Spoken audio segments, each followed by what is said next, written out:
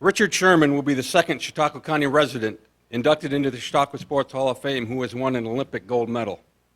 He was the manager of the 1952 USA speed skating team competing in Oslo, Norway that won the gold. His vast interest in sports included sailing, skating, bobsledding, baseball, and football. Born in Jamestown, New York, into the Shearman brothers' furniture family, he had been involved in speed skating since 1940, rising to the rank of president of the American Skating Union in 1952, and later, while living in Lake Placid, became active in bobsledding. He was named an alternate for the U.S. bobsled team at the 1958 World Championships in Germany. In 1958, he was named the chairman of the National American Athletic Union Bobsled Committee and served as an official in the 1969 Bobsled Championships in Lake Placid, where he had lived since 1955. Handlebars, as he was affectionately known, passed away on June 8, 1971. Accepting her father's induction into the Chautauqua Sports Hall of Fame is his daughter, Mary Shearman, who will be coming forward, and reading Mary's remarks will be Chautauqua Sports Hall of Fame board member Kay Gould. I'm honored to read Mary's remarks on behalf of her father. I am Mary Shearman, one of Dick Shearman's 3 daughters. On behalf of his family, I would like to thank the Chautauqua Sports Hall of Fame for recognizing and honoring our father, grandfather, and great-grandfather for this prestigious award. Please allow me to share some of the vignettes of my dad, who truly enjoyed sports, all kinds of sports, both as a participant and as an observer.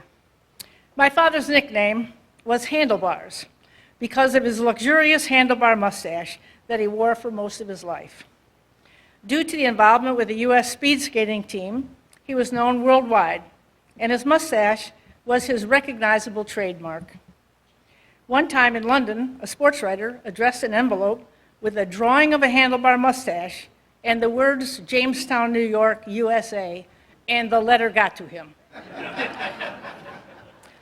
When the movie Annie, Get Your Gun was released in Europe, Dad was in Norway with the Olympic team. Because his mustache resembled that of the main character of the film, Norwegian writers began calling him Buffalo Bill. I remember when Dad left for the Oslo Olympics. Mom and us girls took him to the train station where the Comedy Center is now located. Post-Journal sports editor Frank Hyde, a good friend of Father, was also there to see him off. My dad was also well known as a prankster.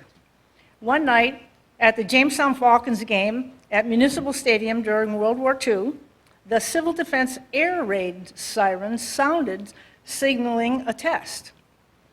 The lights were turned off, and the stadium was plunged into complete darkness.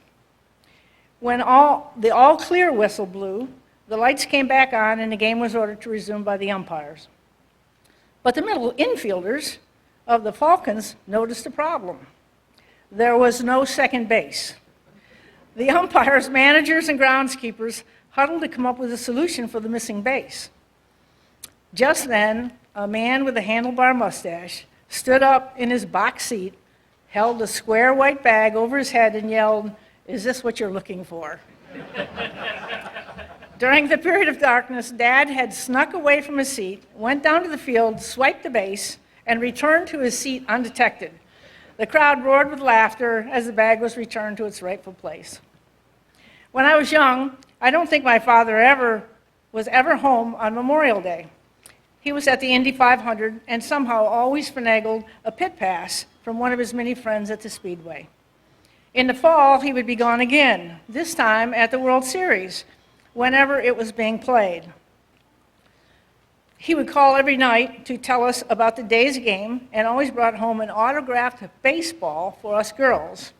And we would get in big trouble if we ever played with that ball on the empty lot at Alton Place. My father loved sailing. I remember the time he won the 4th of July e-scow on an unusually calm day on Chautauqua Lake. He came in at midnight because he refused to give up and get towed in. My final story about my dad was the time he was on ABC's Wide World of Sports. After he sold his interest in the family furniture business in Jamestown, my parents moved to Lake Placid. Dad opened a restaurant that he named the Handlebar. and got involved in a sport of bobsledding. At the age of 60 plus, he got licensed as a bobsled driver. One day, my mother called and told me that the ABC Wide World of Sports was televising the bobsled competition from Lake Placid. He suggested that I watch the show on a chance that I might see Dad. So I gathered my 7 children around the TV and we turned it on. And there was Grandfather.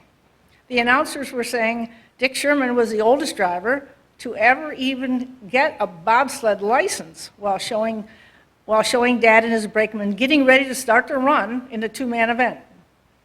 Dad had a cigarette clenched under his mustache, and the ashes went flying as they pushed off, and Dad steered the sled down the run. It was classic Dick Shearman. On behalf of the entire family, I proudly accept the induction of Richard P. Shearman into the Chautauqua Sports Hall of Fame.